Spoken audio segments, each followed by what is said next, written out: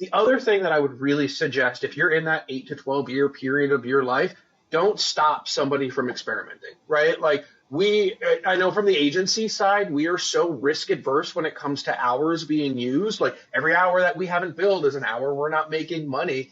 But giving someone just a little bit of breathing room to try something like, hey, I can run this through AI and maybe that's going to create my media list for me, or maybe it's going to create social content for me. Give them that room to experiment. And if they succeed, promote them. Like, not just like give them more money, but like really like tout what they're doing, because that's going to show other people how these tools can be used. And like, it's going to really like a rising tide raises all ships here. Like when other people see it and they see their managers encouraging them, it creates an environment that like people are going to do cool stuff. And that's from an agency standpoint, that's what we're really looking for.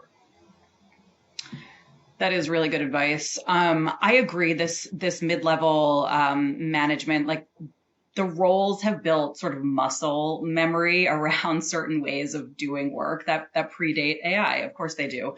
And you need to break those chains, right? Mm-hmm. You have to sort of learn new behaviors, and behavior change is, as we know, as communicators, marketers, one of the hardest things to elicit, right? But what I'm finding within my teams, especially at this level, is exposure and learning sessions are going a really long way, because this idea of almost like not dictating how or what you are doing with AI, but sort of exposing people to different platforms, to different use cases, practical use cases, sort of inspires them to consider how they might incorporate it into their daily work. So we prioritize these quarterly AI learning sessions on my comms team, and it's really created a forum for engagement and sharing. And 9 times out of 10, everyone's coming out of that session with sort of their own light bulb or aha moment of like, wow, I have this problem in my day to day, and I'm really seeing very clearly how AI can help me solve that. Like, let's work on that together. So that's been a really useful approach. I think sometimes that top down cascade, as Anthony was saying, like isn't always it. Like finding those solutions or discovering them for yourself can be even more empowering and more energizing to think about how you're going to incorporate the technologies. That's great. I'm just curious, Katie, do you introduce new tools in these meetings, or is this something where you are teaching, something proprietary to your employees? Varying degrees of, I mean, a lot of times it's outside in too. Do we bring in an expert? Do we bring someone from a platform to come and give like a hands-on tutorial, a Q&A session?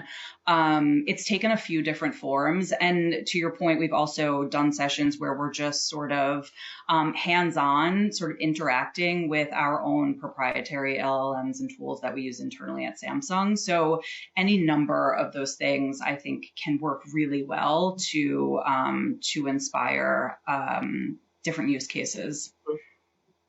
I know here at Clyde Labs, or at Clyde, we run a program called Clyde Labs, where it's once a month, we sit down, and the whole point of the program is bring something somebody hasn't used. Like, I don't care what it is. I don't care how simple you may think it is.